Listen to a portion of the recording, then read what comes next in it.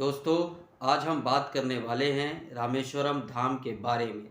रामेश्वरम धाम 12 ज्योतिर्लिंग में से एक ज्योतिर्लिंग माना जाता है और 4 धामों में से एक धाम माना जाता है। 4 धाम हिंदू ग्रंथों के अनुसार बद्रीनाथ, द्वारका, रामेश्वरम और जगन्नाथपुरी है। अब हम बात करेंगे कि रामेश्वरम कैसे जाया जाए और इसके पीछे की क्या स्टोरी है। तो ये सब जानने के लिए आप वीडियो के अंत तक ज़रूर बने रहिए। रामेश्वरम धाम के पीछे की 3 मान्यताएं हैं। हम बारी बारी से उन सब पर बात करेंगे। पहला ये कि जब श्री राम जी सीता जी की खोज करते हुए समुद्र तट पर पहुँचे थे और वहाँ उन्होंने शिवलिंग को स्थापित किया और महादेव की आराधना की और उसके बाद भगवान शिव से उन्होंने विजय का वरदान पाया और उसके बाद वो लंका के लिए प्रस्थान किए। यानी कि वहाँ पर उन्होंने शिवलिंग की आराधना की और उसे रामेश्वरम कहा गया। दूसरी मान्यता ये है कि जब राम जी रावण का अंत करके रावण को युद्ध में मारकर वापस आ रहे थे तो उनकी प्रथम जो विराम स्थली थी वो रामेश्वरम की जगह थी और वहाँ पर उन्होंने ऋषि मुनियों के कहने पर ऋषि मुनियों ने उनसे कहा कि आपने रावण को मारा था और रावण एक ब्राह्मण था, यानी कि आपके ऊपर में अब ब्रह्म हत्या का दोष लग गया है और इसके निवारण के लिए आप शिवलिंग की स्थापना करिए और शिव जी की पूजा करिए ताकि आपसे ब्रह्म हत्या का दोष हट जाए। उस हत्या के दोष को दूर करने के लिए भगवान श्री राम ने शिवलिंग की स्थापना की और उसका पूजन किया। ये थी दूसरी मान्यता। तीसरी मान्यता ये है जब ऋषि मुनियों के कहने पर भगवान श्री राम ने शिव की पूजा करने का अनुष्ठान किया, उस समय उन्होंने हनुमान जी से कहा कि आप जाकर कैलाश पर्वत पर वहाँ से शिवलिंग ले आइए और हनुमान जी शिवलिंग को लेने के लिए निकल पड़े और वहाँ पर उन्होंने शिव जी को नहीं पाया। तत्पश्चात हनुमान जी ने शिव जी की आराधना की, उनसे वरदान प्राप्त किया और वरदान स्वरूप शिवलिंग उनसे प्राप्त किया और उसे लेकर वो श्री राम जी के पास आने लगे। इस बीच में पूजा का मुहूर्त निकला जा रहा था तो ऋषि मुनियों के कहने पर श्री राम भगवान ने सीता जी से कहा कि बालू के स्वरूप का शिवलिंग बनाए और उन्हें स्थापित करे। तो सीता जी ने बालू के स्वरूप के शिवलिंग को बनाया और उनकी पूजा आराधना श्री राम ने की और स्थापित की। लेकिन जब हनुमान जी शिवलिंग लेकर वहाँ पहुँचे तो उन्हें बहुत दुख हुआ। उन्हें ये लगा कि इस जगह वो शिवलिंग स्थापित हो जो वो कैलाश से लेकर आए थे। इस पर श्री राम ने कहा कि हनुमान देखो, मैंने शिवलिंग पहले ही स्थापित कर ली है, अगर तुमसे हो सके तो तुम ये शिवलिंग इस जगह से हटा दो और तब मैं तुम्हारे द्वारा लाया गया ये जो शिवलिंग दूसरा शिवलिंग है उसे स्थापित कर देता हूँ।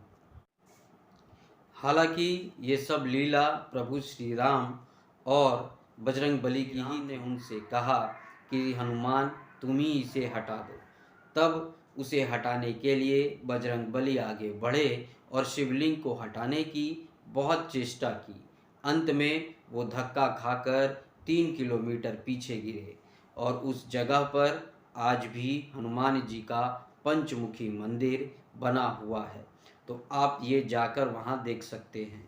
तो इस तरह वहाँ 2 शिवलिंग की कहानियाँ सामने आती है, एक रामेश्वरम और एक हनुमान जी द्वारा लाया गया हनुमानेश्वर, यानी कि ये दोनों शिवलिंग अपनी अपनी जगह दैवीय हैं।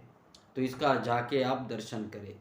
एक और जगह है वहाँ पर जो धनुषकोडी के नाम से विख्यात है, जहाँ पर प्रभु श्री राम वापस आते हुए जो उन्होंने राम सेतु बनाया था उसे विभीषण के द्वारा कहने पर बाण चलाकर ध्वस्त किया था।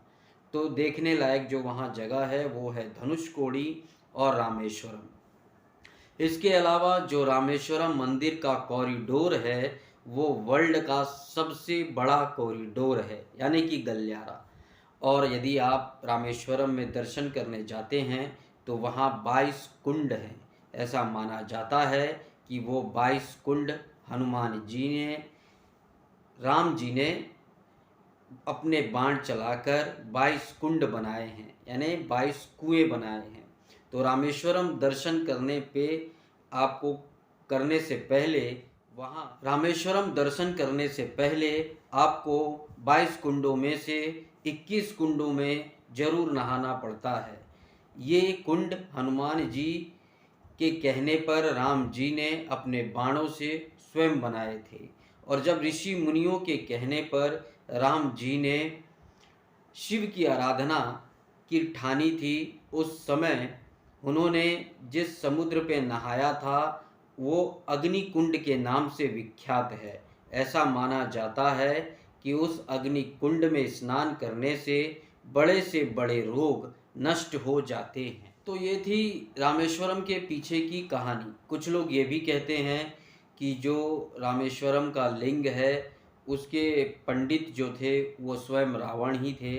जब ये कहानी उस वक्त सुनने में आती है जब राम लंका की तरफ आगे बढ़े और रावण से युद्ध की ठानी, तब उन्होंने शिव की आराधना की भी ठानी और उन्होंने शिवलिंग की स्थापना की और पूजा के लिए पुरोहित ढूंढा। तो लोगों के कहने पर रावण को ही पुरोहित के रूप में लाया गया। ये भी कहानी रामेश्वरम के पीछे में चलती है।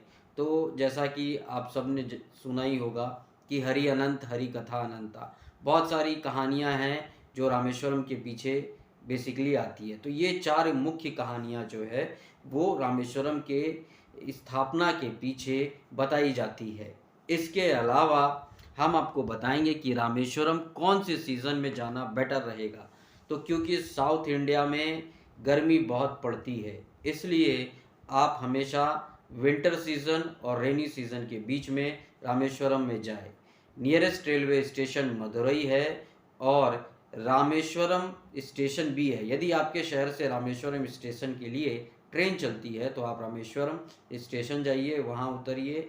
वहाँ बहुत सारे लॉज हैं, बहुत सारे होटल हैं, आपको आराम से इजीली जगह मिल जाएगी और काफ़ी चीप है, आराम से आपको दर्शन हो सकते हैं। यदि नहीं है तो आप मदुरई उतरिए। मदुरई से 175 किलोमीटर दूर ही रामेश्वरम टेम्पल है।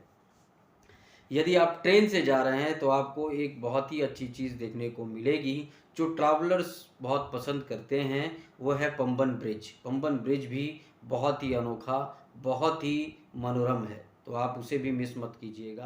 तो ये थी रामेश्वरम के पीछे की कहानी।